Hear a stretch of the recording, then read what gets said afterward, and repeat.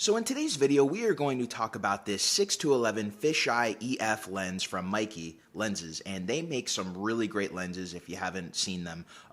We'll talk more about them later in the video, but let's get to it.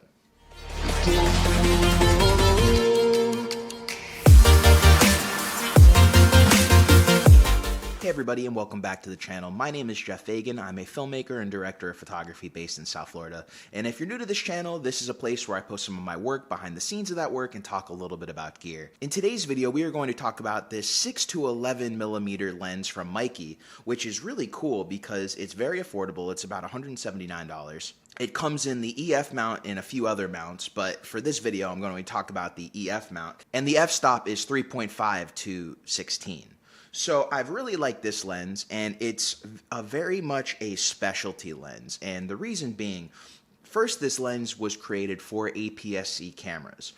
Pretty much from 6 to 9 millimeters, you get severe vignetting. It's basically a circular look, and we'll show you more of that later in the video. And then once you get to 10 and 11 millimeters, there is no vignetting, and it's just a heavy fisheye.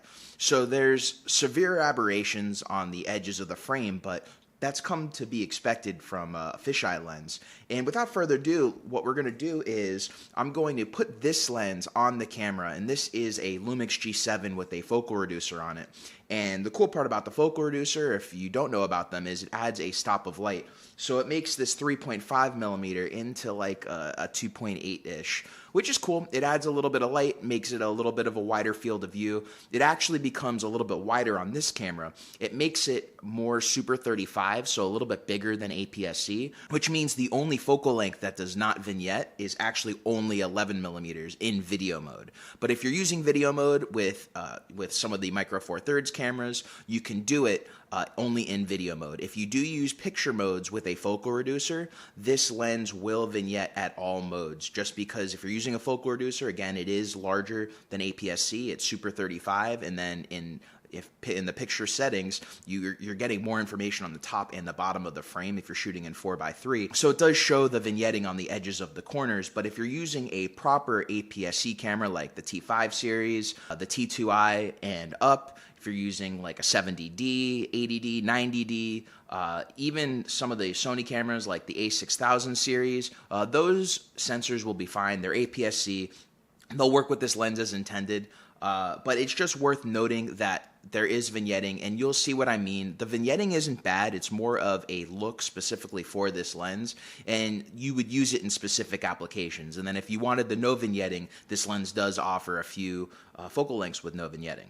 So first I wanted to show you the 11 millimeters on the Lumix G7 with the focal reducer. As you can see, very wide, no vignetting in the corners, but you do have aberrations and distortion over here in the side, as you see this circular aberration and distortion. Another thing to note, the focus and the zoom on this lens is switched. Normally you have the focal range closer to the body of the camera, and it's swapped on this. So it does take a little bit getting used to, but again, it's not a deal breaker. So here you go. This is all the way out at 6 millimeters. As you see, there's obviously crazier distortion, and then you're getting severe vignetting because you're getting this circular effect. You get a complete circle, and some of it is being distorted because I have my softbox here. I have my softbox here. I'm trying to see what is causing.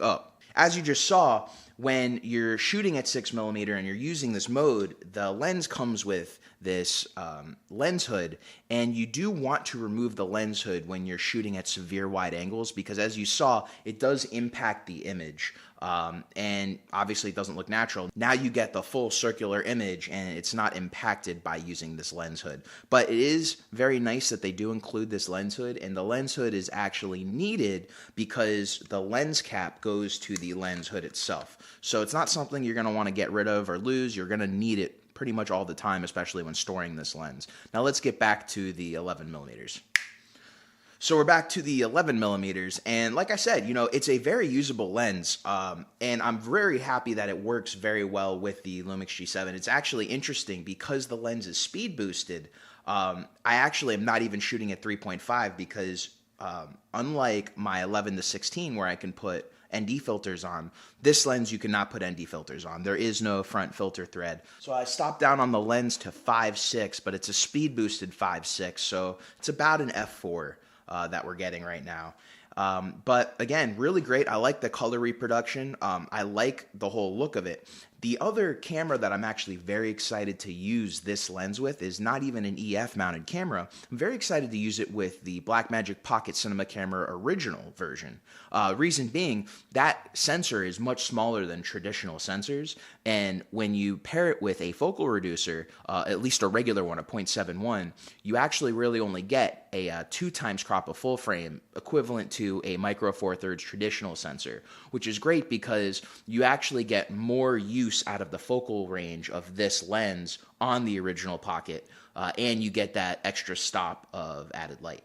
I'm going to do another video later on showing using the original Pocket with this lens. I actually have it set up, or had it set up, on the Ronin you see behind me. I have the Pocket on the Ronin right now, and it's hooked up to be directly powered from the Ronin with a monitor, and I really like this lens. I did take it for a test run, but it was just in the house. So for the next video I do on this lens, I'm going to go take out the Pocket. I'm going to go use this lens on it. One of the only downsides to this lens is there is no electronic contact, so everything is manual, and some people may like that, some people may not, but the focus gear is a little bit rough. So putting a follow focus on this lens, not that you would need it, but on a gimbal I like having it, it would probably not work unless you have like something very strong like a Nucleus M or one of the higher end follow focuses. I don't think a Nucleus Nano would work with this lens. It's definitely a little bit too rigid, but it is worth noting. Now for most fisheye work, you're not really going to need to follow focus because you're pretty much either going to have everything in focus or everything close focus. But again, I really do like this lens. I like the color reproduction. I really like Meike lenses. And to finish off this video talking a little bit about Meike lenses, I really do like their cinema lenses.